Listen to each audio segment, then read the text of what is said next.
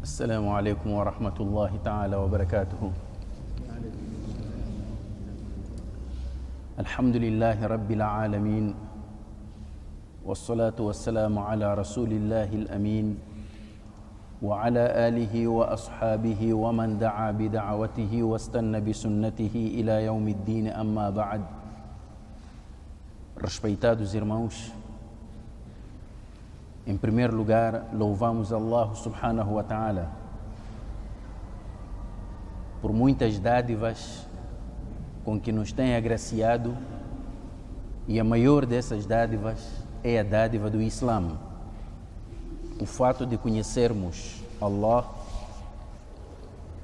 e o fato de adorarmos Allah não depende do nosso esforço, não depende só da nossa vontade, mas tudo isto depende também da misericórdia de Allah, da vontade de Allah. Portanto, esta é a maior dádiva. E é por essa razão que a vida de um crente, toda ela, cristaliza este princípio do Islã.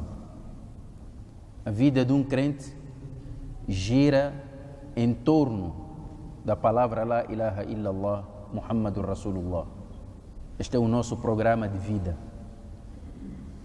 Estimados irmãos, queria também aproveitar esta ocasião, antes de avançarmos para o tema que nos propusemos a apresentar hoje, queria agradecer a vossa presença, queria agradecer também pelo convite que me foi endereçado para, neste masjid, dirigir estas palavras a todos os irmãos que estão neste momento a acompanhar-nos nesta palestra, cujo título é sobre o porquê do Islã proibir uma mulher muçulmana contrair o nikah, contrair o casamento com um homem que não seja muçulmano. Este é um problema que acontece na nossa sociedade e muitas pessoas colocam-nos questões, não apenas muçulmanos, como também os não muçulmanos, porque às vezes encontramos relacionamentos que envolvem uma muçulmana com um não muçulmano. E ele diz que eu não tenho problemas com esta religião, mas também não estou em condições de abandonar a minha crença para abraçar uma outra crença simplesmente porque tenho que casar. Então, por que é que vocês muçulmanos não aceitam que uma mulher muçulmana possa casar com um homem não muçulmano? Então, estas perguntas aparecem e achamos por melhor também arranjarmos um tempo para podermos clarificar este ponto. Na nossa introdução, nós vamos buscar o versículo 21 de Surat Ar-Rum, que é a base do casamento no Islã. Allah subhanahu wa ta'ala diz neste versículo 21 de Surat Ar-Rum: وَمِنْ آيَاتِهِ أَنْ خَلَقَ لَكُمْ مِنْ أَنفُسِكُمْ أَزْوَاجًا. Entre os seus sinais está o de haver-vos criado mulheres da vossa espécie. وَجَعَلَ بَيْنَكُمْ مَوَدَّةً وَرَحْمَةً. E colocou entre vós mawaddatan, amizade, warahma, compaixão. Estimados irmãos, temos que nos deter aqui um pouco. وَجَعَلَ بَيْنَكُمْ مَوَدَّةً وَرَحْمَةً. No meio de várias mulheres, o que é que leva um homem a escolher apenas uma? E no meio de vários homens, o que é que leva uma mulher a escolher apenas um? Quando perguntamos, as pessoas normalmente acreditam que há uma química entre eles, há uma inclinação. Portanto, quando as duas almas se encontram, naturalmente os corpos também se encontram. Agora, a pergunta é: quem foi que criou essa química? Quem foi que criou essa inclinação um pelo outro? É isto que o versículo está a dizer. وَجَعَلَ بَيْنَكُمْ مَوَدَّةً وَرَحْمَةً. O sentimento de amor que um homem sente pela mulher e a mulher pelo marido, isto é uma criação de Allah, faz parte dos sinais de Allah. Daí que os nossos sentimentos, as nossas emoções também devem ser crentes, isto é, devem ser direcionados no cumprimento da vontade de Allah. Não é só amar por amar, não é só gostar por gostar, porque Allah está a dizer que foi Ele quem criou esse sentimento, foi Ele quem criou essas emoções, foi Ele quem criou essa paixão. E tudo isto faz parte dos grandes sinais de Allah. Por isso o versículo termina dizendo: Inna fi dhalika la ayatin liqaumin yatafakkarun. Nisso há sinais para os sensatos, para aqueles que raciocinam, para aqueles que pensam. Talvez nós muitas vezes as questões emocionais, questões de amor, colocamos fora da esfera do Islã, fora da esfera do Corão, e pensamos que é uma coisa estritamente pessoal. Não. São sinais de Allah. Por isso o versículo começa dizendo: "Wa min ayatihi", e entre os seus sinais. Então, a mulher com quem você casa, o marido com quem você casa, não depende unicamente da sua vontade. Allah é quem faz aproximar as pessoas, Allah é quem faz afastar as pessoas umas das outras.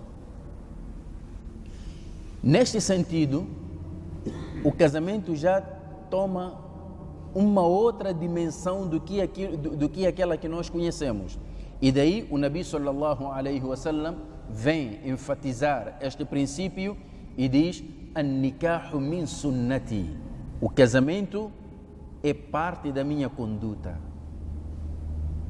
é a minha forma de ser. Estão a ver, estimados irmãos? Então, o nikah deve refletir este dizer do Nabi sallallahu alaihi wasallam: "An-nikahu min sunnati". O nikah faz parte da minha conduta. Logo, o nikah deve obedecer às diretrizes emanadas do Corão e Sunnah. Num outro hadith, o Nabi sallallahu alaihi wasallam dizia: "Faman raghiba an sunnati falaysa minni". Aquele que negar a minha conduta, aquele que negar o meu sunnat, então não é meu. Se não é meu, de quem será? Então, estimados irmãos, daí que o nikah tem este valor. É por isso que o nikah é feito em nome de Allah, é realizado em nome de Allah. Então, o Islã traz-nos um regulamento que regula o casamento. E todo muçulmano deve conhecer esse regulamento. É por essa razão que no Islã encontramos o nikah, tem regras para fazer o nikah, há condições que são exigidas, tanto no homem como na mulher, nas testemunhas, tem que se pagar o mahr, tudo isso. E também há impedimentos de nikah. Quem deve casar, quem não deve casar, em que condições o homem deve casar, enfim, há uma série de coisas. E muitas vezes, o que é triste nas nossas famílias, na nossa comunidade muçulmana, é que as pessoas não se preocupam em conhecer estas regras, só preocupam-se em saber no dia de nikah o que é preciso para fazer nikah. E rapidamente o sheikh diz: olha, não, basta ter o wali, que é o representante da noiva ou o tutor da noiva, o wali ou o wakil, e ter o mahr, testemunhas, pronto, à vontade, quer dizer, o noivo e a noiva, pronto, podemos realizar o nikah. E as outras coisas, eles sabem. Estimados irmãos, quando um homem pretende fazer nikah ou uma mulher pretende fazer nikah, seria bom, porque nikah não é coisa que acontece daqui para aqui, não é como a morte. Nikah as pessoas preparam, as pessoas já sabem que não, no próximo ano, inshallah, tenho intenção de casar. Tens intenção de casar, então começa desde já a estudar o regulamento do casamento no Islã, para conhecer estas regras. É que muitas vezes nós que somos chamados para celebrar esses casamentos, somos surpreendidos com coisas estranhas. naquele momento do nikah. Eu lembro-me uma vez a conversar com um irmão que dizia que, olha, no momento do nikah, e depois de ter explicado às pessoas quais eram as regras nas testemunhas, estava lá uma senhora. Como é que uma senhora vai entrar, sentar ali com os homens para testemunhar o nikah? Diz que nós não sabíamos. Então, se não sabiam, tinham que procurar se informar. Eu só vejo pessoas que querem fazer Hajj, nem se preocupam em conhecer as regras de Hajj, basta só ter passagem, que já está a viajar. Quer casar, também não se preocupa em conhecer as regras do nikah no Islã, tendo em conta que a vida do muçulmano gira em torno dessas regras. Então, vejamos, no Islã encontramos uma questão. Por um lado, o muçulmano, homem, só está permitido a casar com 3 tipos de mulheres.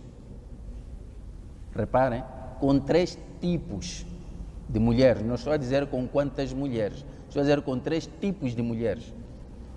Uma muçulmana, uma judia, uma cristã. Fora desta lista, o muçulmano não pode casar com nenhuma outra mulher. Já a mulher muçulmana, ela só está permitida a casar apenas com um tipo de homem muçulmano. Por que o Islã fez isto? É isso que nós vamos tentar aqui responder. Mas, para uma melhor compreensão deste assunto, estimados irmãos, seria bom que nós considerássemos alguns aspectos que eu vou aqui apresentar. Se nós percebermos estes aspectos, isto vai nos ajudar a compreendermos o resto que virá. E o primeiro destes aspectos, estimados irmãos, é que Allah subhanahu wa ta'ala deve estar no centro da vida de todo muçulmano. É por isso que o versículo do Surat Al-An'am diz: قل إن صلاتي ونسكي ومحياي ومماتي لله رب العالمين لا شريك له. Diz: قل إن صلاتي, diz a minha oração, ونسكي, a minha devoção, ومحياي, a minha vida, ومماتي, a minha morte, لله رب العالمين, pertencem a Allah. O que significa isso? Que toda a minha vida, o meu dia a dia, Allah deve estar no centro dessa vida.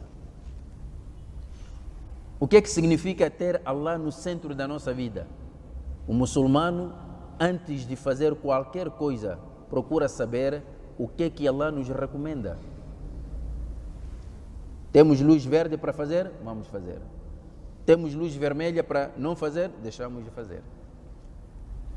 Este é o primeiro ponto que nós devemos ter em consideração. Portanto, o Islã, neste caso, não é apenas um caminho que nos conduz para a vida do Akhira, para a salvação no Akhira, para a felicidade no Akhira, depois deixa as pessoas aqui no mundo escolherem outros caminhos sinuosos para viverem. Não.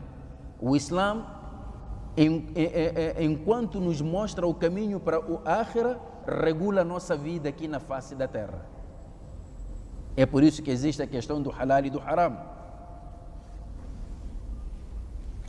Então, o Islã deve se cristalizar numa vida concreta, uma vida real, não é fictícia. O Islã não pode estar à margem das nossas preocupações, dizer, quando eu tiver tempo. Não pode. O segundo aspecto, estimados irmãos, é que o casamento no Islã não é apenas uma relação entre duas pessoas, do homem e da mulher. Uma relação que se resume simplesmente na satisfação carnal só. Não. O casamento no Islã, estimados irmãos, é um laço espiritual, sagrado. É um projeto de vida que visa atingir objetivos concretos. E estes objetivos estão ligados à manutenção da espécie humana e da sua continuidade na face da terra. Porque Allah trouxe-nos aqui para um propósito, E o casamento também é um dos meios para alcançarmos esse propósito pelo qual estamos aqui na vida. O casamento no Islã é isto.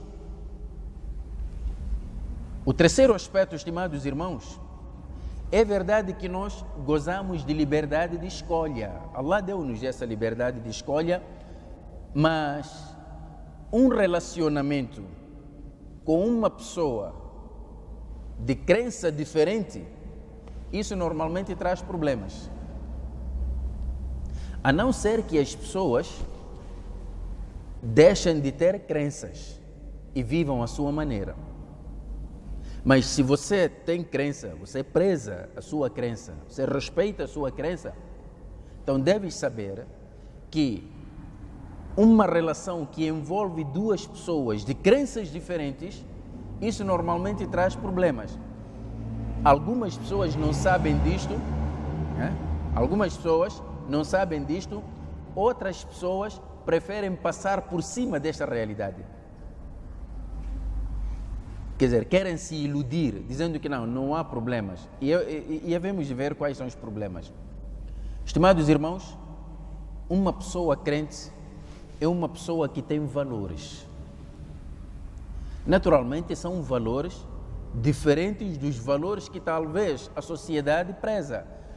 E nem todas as vezes estes valores são compatíveis com o tipo de valores materiais que a sociedade respeita.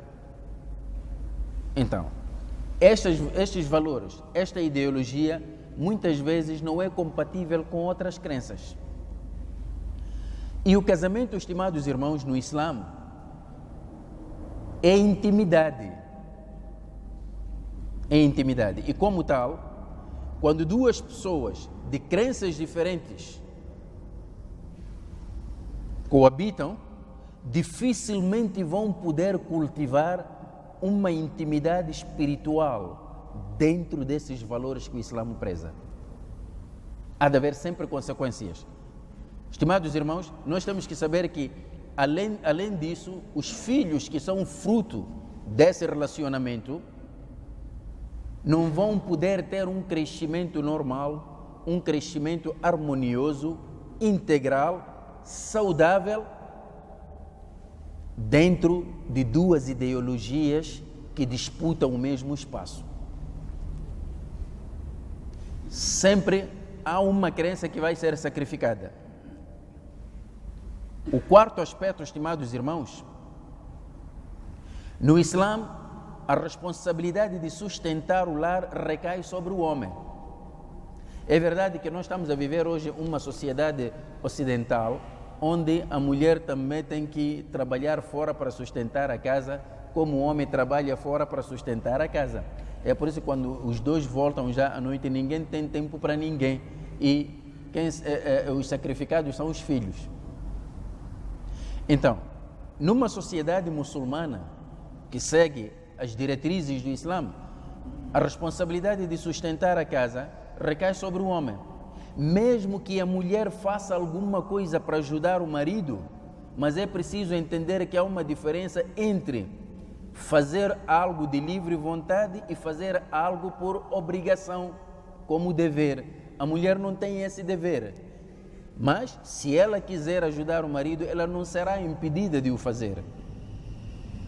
Então, aqui surge disto que a mulher deve obediência ao marido. Deve.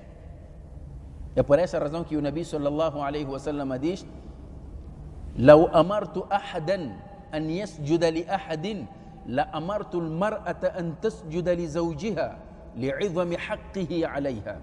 Se eu ordenasse para que alguém se prostrasse diante de alguém, eu teria ordenado a mulher para se prostrar diante do marido por causa do direito supremo que ele tem sobre ela.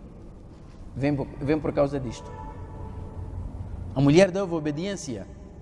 Naturalmente, obediência não significa escravatura. Obediência é uma coisa. Agora, escravizar a mulher é coisa que o Islã rejeita. Mas esta obediência deve estar dentro dos limites que Allah estabeleceu.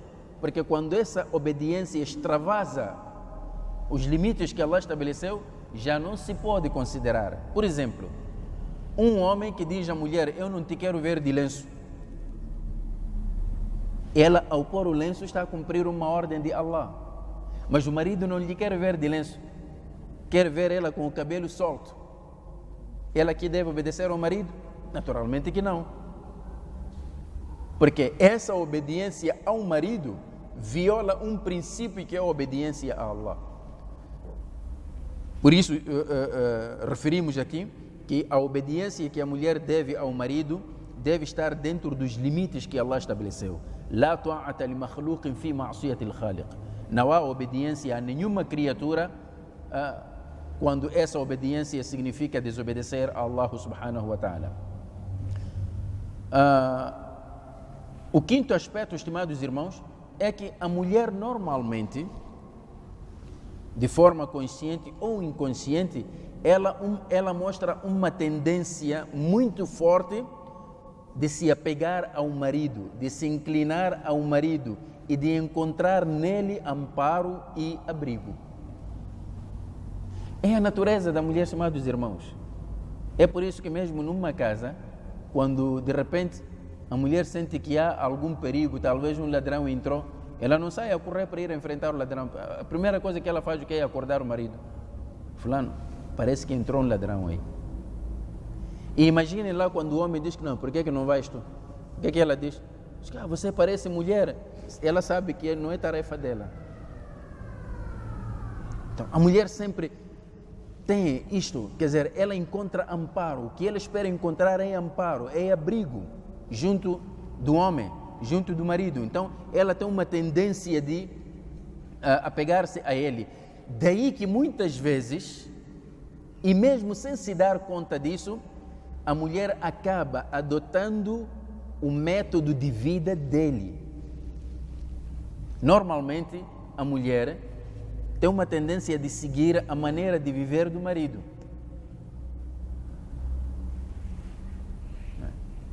Se ele bebe, ela vai ganhar esse hábito. E se não ganhar, pelo menos a bebida não vai lhe incomodar.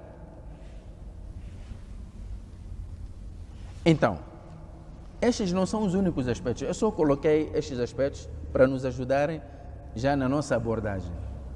Então, vamos já entrar mesmo para o assunto. Então, depois destes aspectos que nós apresentamos aqui, estimados irmãos, vamos poder responder por que o Islã proibiu o casamento entre uma muçulmana e um homem não muçulmano. Mas, de uma forma geral, nós temos o versículo 221 do Surat al-Baqarah, que refere-se aos dois, tanto um muçulmano como uma muçulmana, nos seus relacionamentos. Allah subhanahu wa ta'ala diz neste versículo do Surat al-Baqarah, versículo 221, وَلَا تَنْكِحُوا الْمُشْرِكَاتِ حَتَّى يُؤْمِنْ وَلَا تَنْكِحُوا الْمُشْرِكَاتِ حَتَّى يُؤْمِنْ. Não desposareis as idólatras até que elas creiam. وَلَا أَمَةٌ مُؤْمِنَةٌ خَيْرٌ مِّن مُشْرِكَةٍ وَلَوْ أَعْجَبَكُمْ. Quer dizer, uma mulher serva, escrava, mas crente, é preferível e é melhor do que uma mulher idólatra, descrente, mesmo que vos agrade. Quem está a dizer isto é Allah. E Allah é o Criador de todos nós, de homens e de mulheres. Estimados irmãos, quando um de vós está doente, vai para onde? Vai ter com um carpinteiro? Vai ter com um pescador? Vai ter com um agricultor? Para onde é que vai? Vai para o hospital, vai ter com um médico. Por que no meio de tanta gente você foi ter com um médico? Porque sabes que aquele é especialista, ele conhece as doenças, ele é a pessoa indicada para te dizer o que você está a sentir. Agora, nestas questões assim, quando é Allah o nosso Criador, aquele que conhece o que criou, quando é Ele a nos dizer, haverá espaço para duvidarmos? Allah está a dizer que não devem casar com as mulheres idólatras, mulheres descrentes. Uma escrava é preferível, uma escrava crente é preferível do que uma descrente, uma idólatra, mesmo que essa idólatra vos agrade. Mais adiante diz: وَلَا تُنْكِحُوا الْمُشْرِكِينَ حَتَّى يُؤْمِنُوا. Não devem fazer casar os idólatras, os descrentes, até que creiam. Quer dizer, não deem vossas filhas a homens descrentes. وَلَعَبْدٌ مُؤْمِنٌ خَيْرٌ مِّن مُشْرِكٍ. Um servo, um escravo crente é melhor e preferível do que um idólatra, um descrente. وَلَوْ أَعْجَبَكُمْ. Mesmo que vos agrade. Quer dizer, Allah está a dizer aqui, se te aparecer um escravo, mas crente, é preferível e melhor do que aparecer-te um descrente. Mas os critérios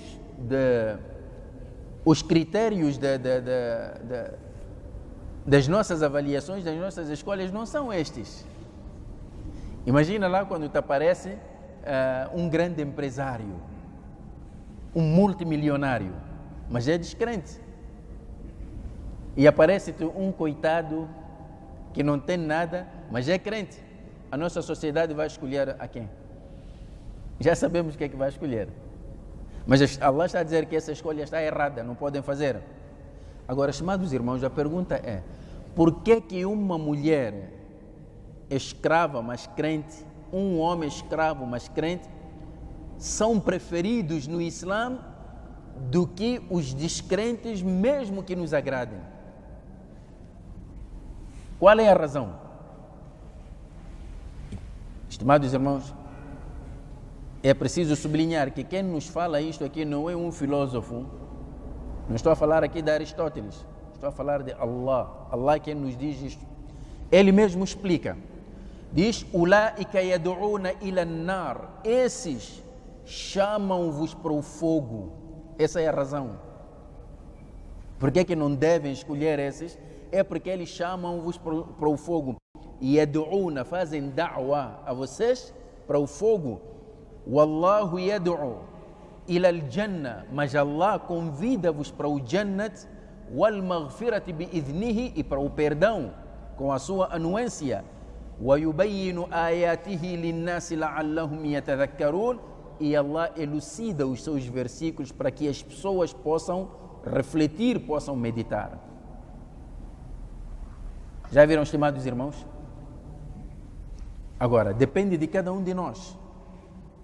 Se você quer aceitar o convite para o fogo, depende de ti. Queres aceitar o convite para o Jannat e para o perdão? Depende de ti. É por isso que a escolha de um crente deve estar dentro destes princípios. Então, o casamento, estimados irmãos, é o mais profundo, o mais sólido e persistente laço que une entre as pessoas.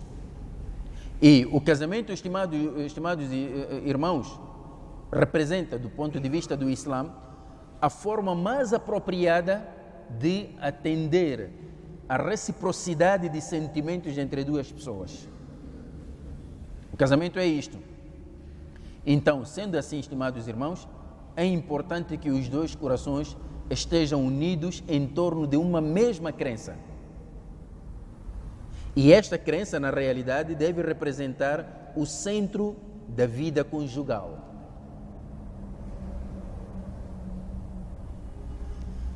Estimados irmãos, quando se celebra o nikah, sabem quais são os versículos que os maulanas recitam? Normalmente, quando se celebra o nikah, prestem atenção. Quando o maulana faz o khutbah do nikah, há 3 versículos que ele recita. O primeiro está no Surat Al-Imran. Ya ayyuhalladhina amanu taqullaha haqqa tuqatihi wa la tamutunna illa wa antum muslimun. O versículo fala de taqwa. Ya ayyuhalladhina amanu taqullaha. O segundo versículo é o primeiro versículo do Surat An-Nisa. Ya ayyuhannasu taqu rabbakum. Mais uma vez fala de taqwa. اتقوا ربكم الذي خلقكم من نفس واحدة وخلق منها زوجها وبث منهما رجالا كثيرا ونساء واتقوا الله الذي تساءلون به والأرحام. O taqwa neste versículo foi referido 2 vezes. O terceiro versículo está no Surat Al-Ahzab. Ya ayyuhalladhina amanu taqullaha wa qulu qawlan sadida. Então, o Maulana recita 3 versículos. Nos 3 versículos o taqwa é mencionado 4 vezes. Para nos dizer o quê? Que a vida conjugal deve se basear sobre esta base do taqwa. E como é que você vai cultivar o taqwa dentro de um casamento com crenças diferentes? Como é possível? Não é possível. Não é. Então, estimados irmãos, aqui a crença, eu dizia que representa a forma mais sólida de relação entre 2 pessoas. Agora, pode acontecer, se 2 pessoas de crenças diferentes podem se relacionar e viver em paz, podem ter certeza que essa crença ou a crença de cada um deles está na hibernação, está morta, é irrelevante. Quando você tira a crença em Allah, vais conseguir viver da forma como queres, mas podes ter certeza que Allah não está no centro da sua vida. Então não basta só dizer eu gosto de Allah, eu amo Allah, Allah é meu protetor, quando na prática você não permite que Allah regule a sua vida. Isso não acontece. Portanto, aqui, estimados irmãos, nesse ambiente de crenças diferentes, reparem, a própria crença torna-se em algo passageiro, não é relevante.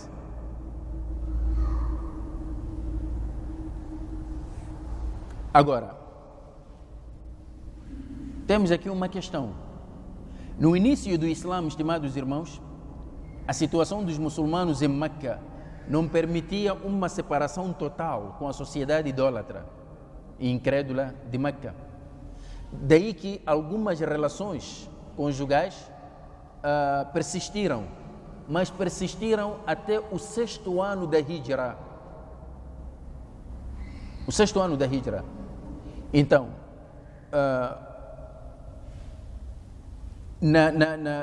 quando foi revelado o 10º versículo do Surat Al-Mumtahina, já naquele acordo de Hudaybiyah, depois do acordo de Hudaybiyah, Allah revelou o 10º versículo do Surat Al-Mumtahina, que colocou fim a este tipo de relacionamentos entre muçulmanos e não muçulmanos. Nesse versículo, Allah subhanahu wa ta'ala diz: Ya ayyuhalladhina amanu, ó fiéis, idha ja'akumul mu'minatu muhajiratin, quando se apresentarem diante de vós as crentes refugiadas saindo de Meca para Medina, famtahinuhun, examinai-as. Preciso examinar, testar. Allahu a'lamu bi imanihin, só Allah conhece a realidade do seu iman. Fa in alimtumuhunna mu'minatin, então se vocês concluírem que elas são crentes, fala tarji'uhunna ila al-kuffar, não devem devolvê-las aos descrentes. Uma vez que elas são crentes, não podem voltar aos seus maridos descrentes. La hunna hillun lahum wa la hum yahilluna lahun. Portanto, elas já não serão mais lícitas para eles, nem eles serão mais lícitos para elas, porque o dini cortou o que havia entre eles. Wa atuhum ma anfaqu. Então, eles lá, no momento do casamento, pagaram um dote, pagaram um mahar. Devolvam o mahar que eles pagaram para eles.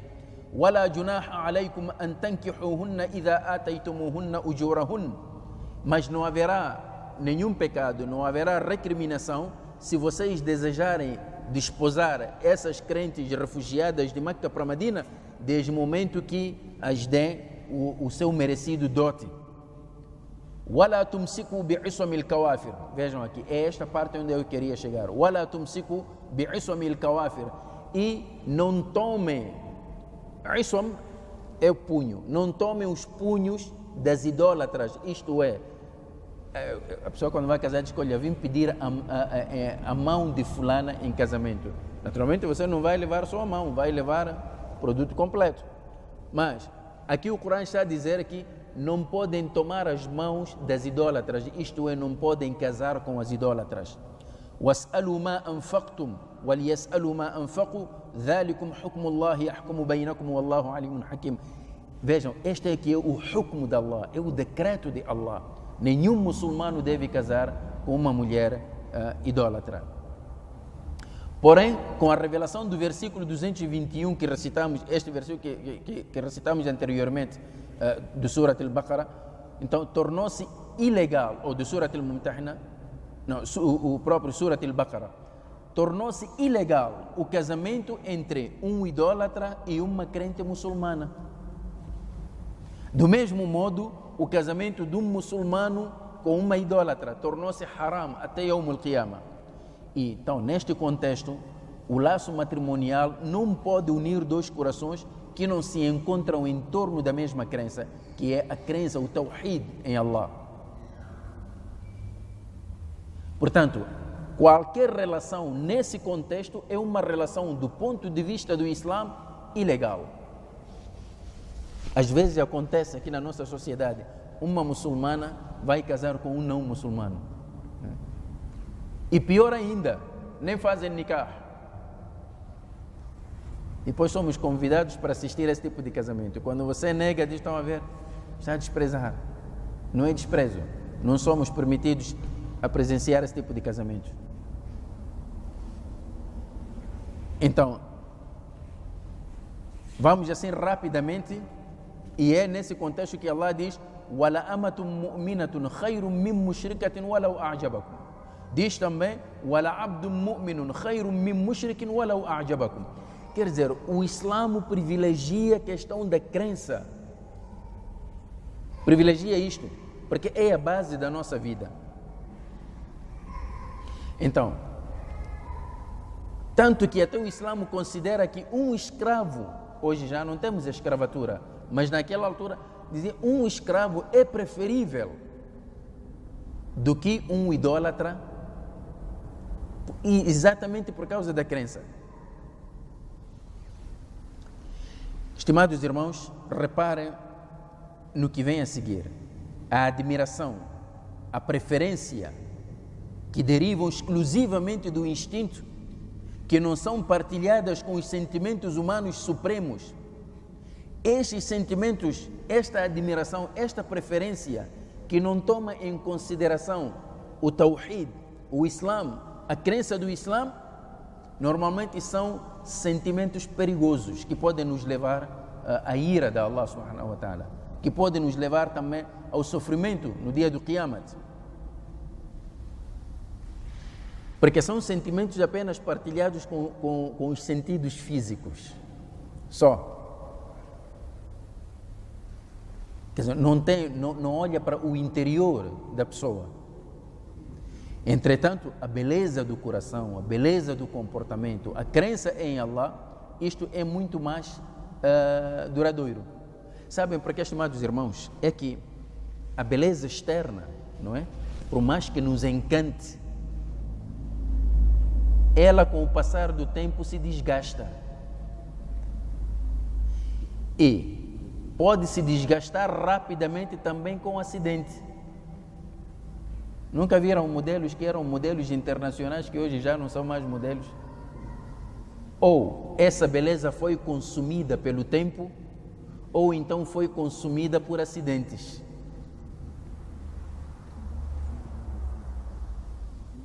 O fogo pode queimar, o acidente pode danificar, e depois como é que fica? E você, quando casou, não é? O único padrão, o único critério que você escolheu para casar foi essa beleza física exterior. E está e já foi. Logo, o casamento está em risco. Mas, quando você opta pela beleza interior, e esta é a diferença, a beleza externa, a beleza física, com o tempo ela se desgasta e se consome. A beleza interna, que tem a ver com valores, com o passar do tempo ela se fortalece.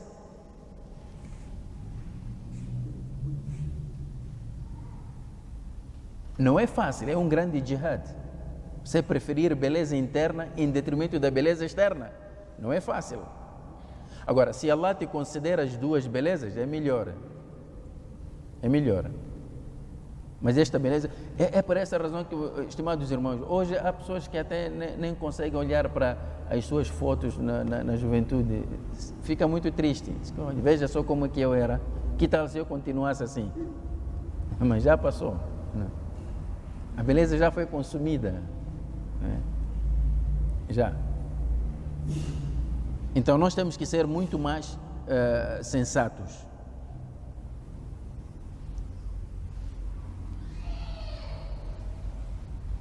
Então, estimados irmãos, dissemos aqui que o Corão Al-Karim nos explicou a razão por que proíbe o casamento de um muçulmano com uma idólatra ou de uma muçulmana com um idólatra, exatamente porque estes convidam para o fogo, enquanto que Allah nos convida para o Jannat e para o seu perdão.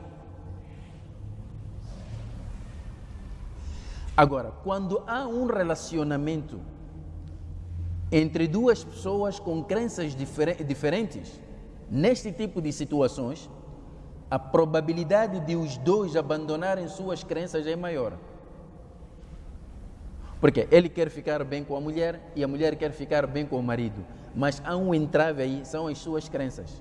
Então, a probabilidade de abandonarem as suas crenças e viverem sem crença é maior.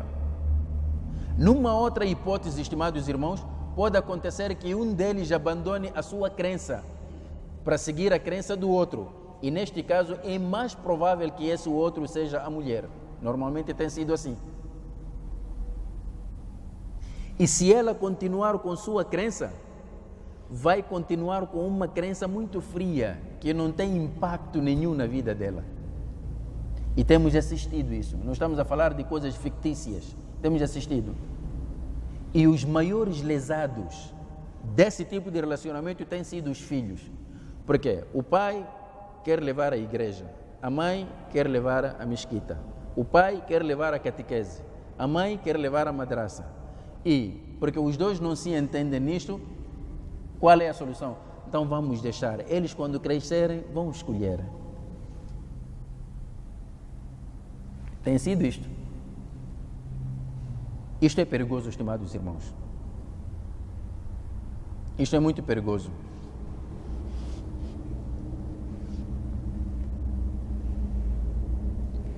Agora, o Corão diz assim que aqueles vos convidam para o inferno. É verdade que eles nos convidam para o inferno? Às vezes nem nos convidam. Isto não significa que o homem vai dizer à mulher, não, isto está a convidar, vai lá para o fogo. Ele não faz.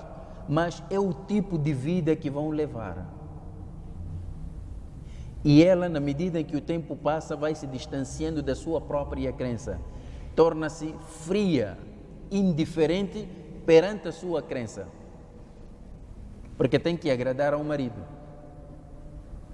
Então, quando Allah nos proibiu isto, quis nos reduzir o tempo de sofrimento. Quer dizer, Allah não deixa as pessoas sofrerem para depois chegarem a essa conclusão. Não. Allah quer reduzir o tempo de dizer, olha, desde já não faça. Eu quero te poupar para não sofreres. É por isso que proíbe. Até aqui nós estávamos a falar de uma forma geral entre o casamento entre muçulmanos e não muçulmanos. Mas vamos já a um caso específico, o casamento entre um muçulmano e uma mulher do povo do livro. Uma judia ou uma cristã. O Islã aqui permitiu ao muçulmano casar com 3 tipos de mulheres. Uma muçulmana, ou uma judia, ou uma cristã. Mas dá preferência à muçulmana. Enquanto que a mulher muçulmana só pode casar com um homem muçulmano. Se não há muçulmano, é preferível que ela continue assim sozinha até Allah trazer-lhe um muçulmano. Por que há esta diferença? Este é o segundo aspecto nesta nossa reflexão, estimados irmãos. Porque o termo povo do livro é uma designação que o Corão atribui e se refere aos judeus e cristãos, por terem recebido o Taurat e o Evangelho antes de nós. Estimados irmãos, o versículo do Surat Al-Ma'ida. Allah subhanahu wa ta'ala diz, que é o versículo 5 de Surat Al-Ma'ida: Al-yawma uhilla lakum at-tayyibat. Hoje estão-vos permitidas todas as coisas sádias, coisas lícitas. Wa tu'amu alladhina utul kitaba hillun lakum. Assim como vos é lícito o alimento dos que receberam o livro, quer dizer, a comida que eles preparam para nós é halal, desde o momento que não seja algo haram como porco. Wa tu'amukum hillun lahum. E os vossos alimentos também são lícitos para eles, o povo do livro, judeus e cristãos. والمحصنات من المؤمنات والمحصنات من الذين أوتوا الكتاب من قبلكم إذا آتيتموهن أجورهن محصنين غير مسافحين ولا متخذي أخدان. Está-vos permitido casardes com as castas dentre as fiéis muçulmanas e com as mulheres castas dentre aqueles que receberam o livro antes de vós. Portanto, o versículo 5 do Surat Al-Ma'ida não deixa a menor dúvida que o muçulmano está permitido de casar com uma destas mulheres, estes 3 tipos de mulheres: uma muçulmana, ou uma judia, ou uma cristã. E a opinião largamente defendida pela maioria dos estudiosos muçulmanos é que ela é considerada do povo do livro. Quem? A mulher judia ou cristã. Sabem por que é isto? É que aqui surge uma questão. Vão dizer: olha, Sheikh, mas os cristãos hoje acreditam que Jesus Cristo é Deus, acreditam que Jesus Cristo é Filho de Deus. Então, como é que podemos casar? Ela não seria idólatra? Neste sentido, como é que vamos fazer então? Estimados irmãos, quando Allah revelou este versículo, já haviam judeus, já haviam cristãos, e essa crença existia. Eles acreditavam, afinal de contas, por que o Islã condena? Por que o Corão condena? لَقَدْ كَفَرَ الَّذِينَ قَالُوا إِنَّ اللَّهَ هُوَ الْمَسِيحُ ابْنُ مَرْيَمَ. Blasfemaram aqueles que dizem que Jesus Cristo é Deus. O Corão condenou-lhes exatamente por causa disso. Mas mesmo assim, permitiu. Por causa do princípio. Embora tenham deturpado, mas está lá o princípio. E foi uma exceção que Allah abriu.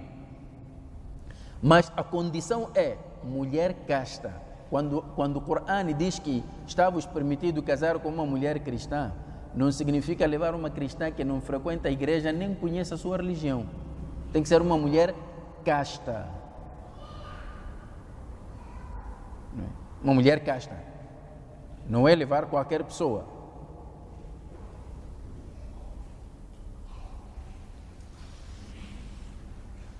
Então, estimados irmãos, aqui o Islã, quando proibiu isto, tinha um objetivo. Por saber que normalmente os filhos são registrados com os nomes dos seus pais. Normalmente é assim, pelo menos no Islã. O filho é registrado pelo nome do seu pai. É por isso que no Corão todo, Allah fala dos profetas, não menciona seus pais. Musa, Nuh, Muhammad, Ibrahim, menos um profeta, Isa alayhi salam. Allah sempre que fala de Isa, fala da sua mãe, Isa ibn Maryam, Isa filho de Maria, Isa filho de Maria. Sabem por quê?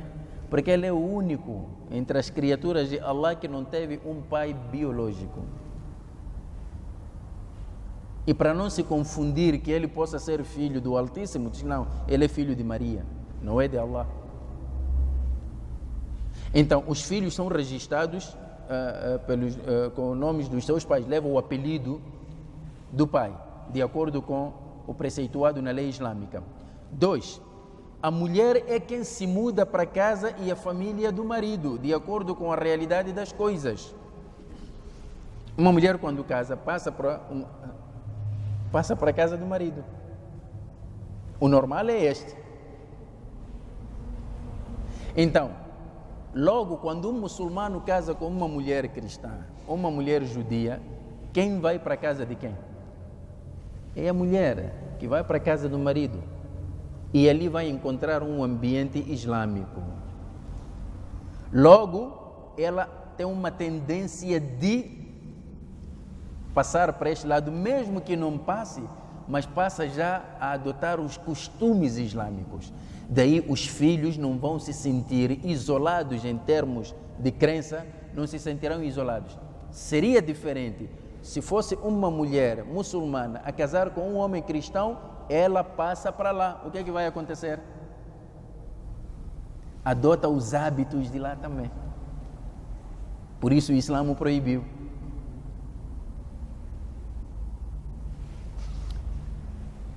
Hudhaifa ibn al-Yaman, quando viu este versículo, ele mais tarde, no tempo de Khilafat de Umar, ele casou com uma mulher judia. Hudhaifa ibn al-Yaman é um dos companheiros do Nabi sallallahu alaihi wasallam.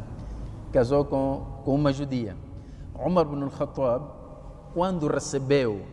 quando tomou conhecimento de que Hudhaifa casou com uma mulher judia, escreveu uma carta a dizer que, olha, فَإِذَا أَتَاكَ كِتَابِي هَذَا, quando te chegar esta minha carta, divorcia-te dela imediatamente. Acham que Umar não tinha conhecimento do versículo 5 de Surat al-Ma'idah? Tinha.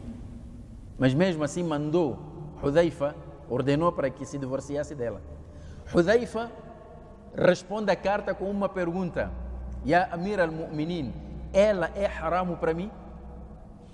Se o Corão está a me permitir e você está a me proibir, achas que ela é haram para mim?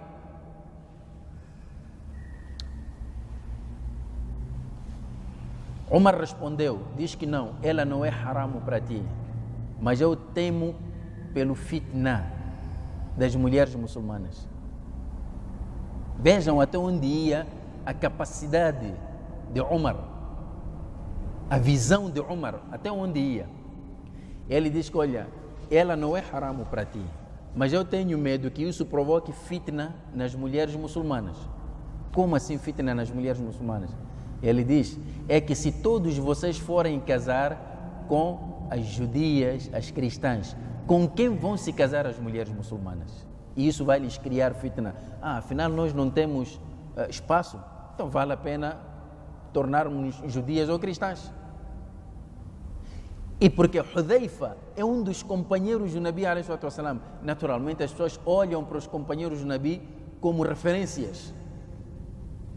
Umar percebeu que esta permissão do Islã tinha um objetivo específico. O normal era casar com uma muçulmana. Este aqui é o normal. Agora, hoje nós temos uma coisa muito estranha. O homem muçulmano casa com uma cristã. Ele é que perde seus valores para o outro lado. O que é isso? Fraqueza nos homens de hoje. Fraqueza. Porque dentro das nossas casas há princípios, estimados irmãos, de valores que não podem ser negociáveis. Eu não posso negociar o imã com a minha mulher, com os meus filhos. Que tal? O que é que acham? Vamos fazer solat ou não? Isso não é negociável. São normas. É verdade, as pessoas vão me chamar de fanático, intransigente, você é extremista, que seja. Eu não nego esses nomes, mas também não vou negociar princípios. Estimados irmãos, estes princípios são esses que nos fazem o que nós somos. No dia que perdermos, o que é que resta de nós? Quando dentro da família muçulmana os valores islâmicos são negociáveis, são descartáveis, são caucionáveis, o que é que resta dessa família? Quer dizer, do Islã só temos o nome. Não é justo. Podemos negociar outras coisas. Princípios do Islã? Não. Nós somos muçulmanos por quê? Pelo cumprimento desses princípios. Quando deixamos de cumprir, nem o nosso nome de Ahmad, Muhammad, Ismail vão poder interferir junto de Allah. Não, nunca. Allah não vai considerar a pessoa muçulmana só porque tinha um nome muçulmano. Uma pessoa que cumpre com os princípios do Islã, mesmo que se chame de João, Pedro, vai para o Jannat. E uma pessoa que viola esses princípios, mesmo que se chame de Muhammad, Ibrahim, vai para o inferno. Não é questão de nomes, é questão de princípios. Umar percebeu isto. Ele não estava a contrariar o versículo, estava a chamar a nossa atenção para olharmos para o que está por detrás do versículo.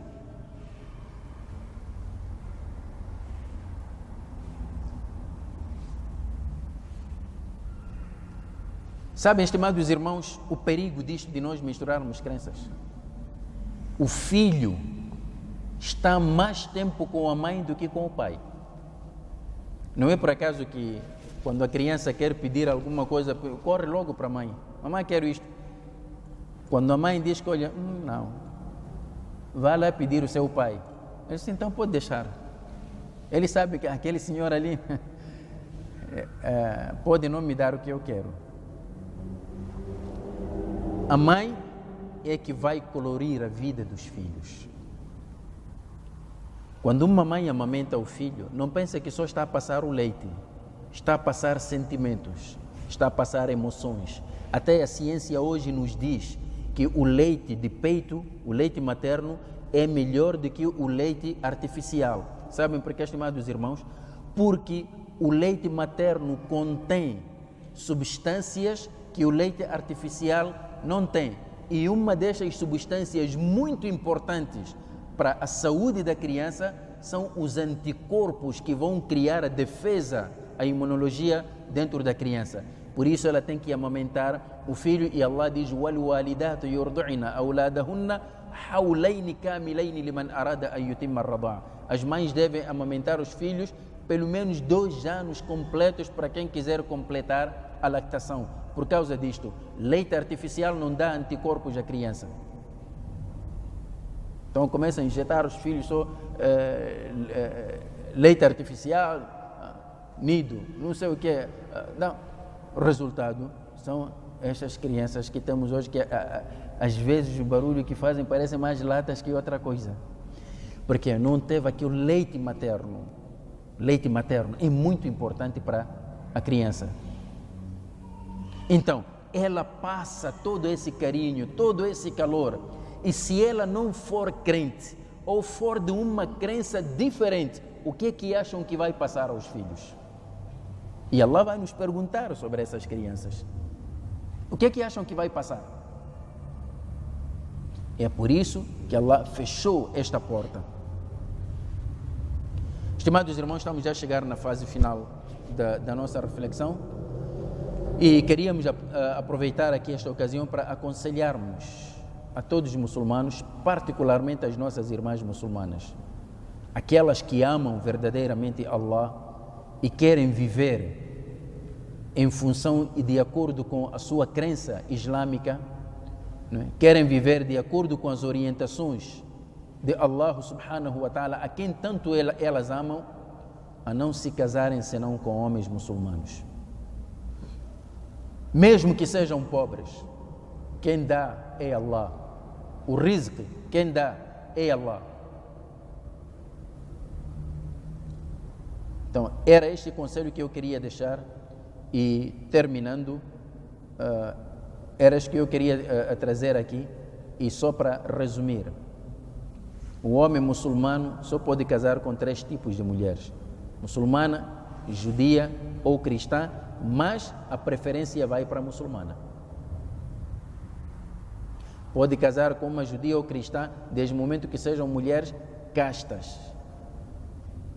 A mulher muçulmana não está permitida de maneira alguma a casar senão com um homem muçulmano. E de preferência também esse homem muçulmano que seja um homem íntegro, cumpridor da sua religião. Porque temos muitos muçulmanos, já há muçulmanos. Não significa que leva qualquer muçulmano, senão vai aparecer muçulmanos do tipo lagarto, com cristas, não sei o que, essas coisas todas, esses cortes agora novos, né? Brincos cheios de ferro, não sei o que, não faz salate. Não é esse tipo de muçulmano. Por isso o Nabi sallallahu alaihi wasallam dizia: "Idha atakum man tardawna dinahu wa khuluquhu fazawwijuh."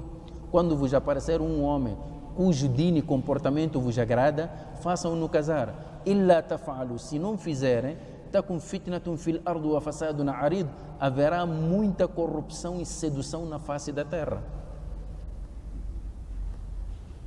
Estimados irmãos, com estas palavras termino aqui, para mais uma vez vos agradecer e deixar algum tempo. Sei que daqui a alguns minutos vai-se fazer o adhan, mas podemos colocar as nossas perguntas e vamos tentar responder dentro daquilo que Allah nos permitir, e outras que não pudermos responder agora, poderemos responder depois do adhan, inshaAllah.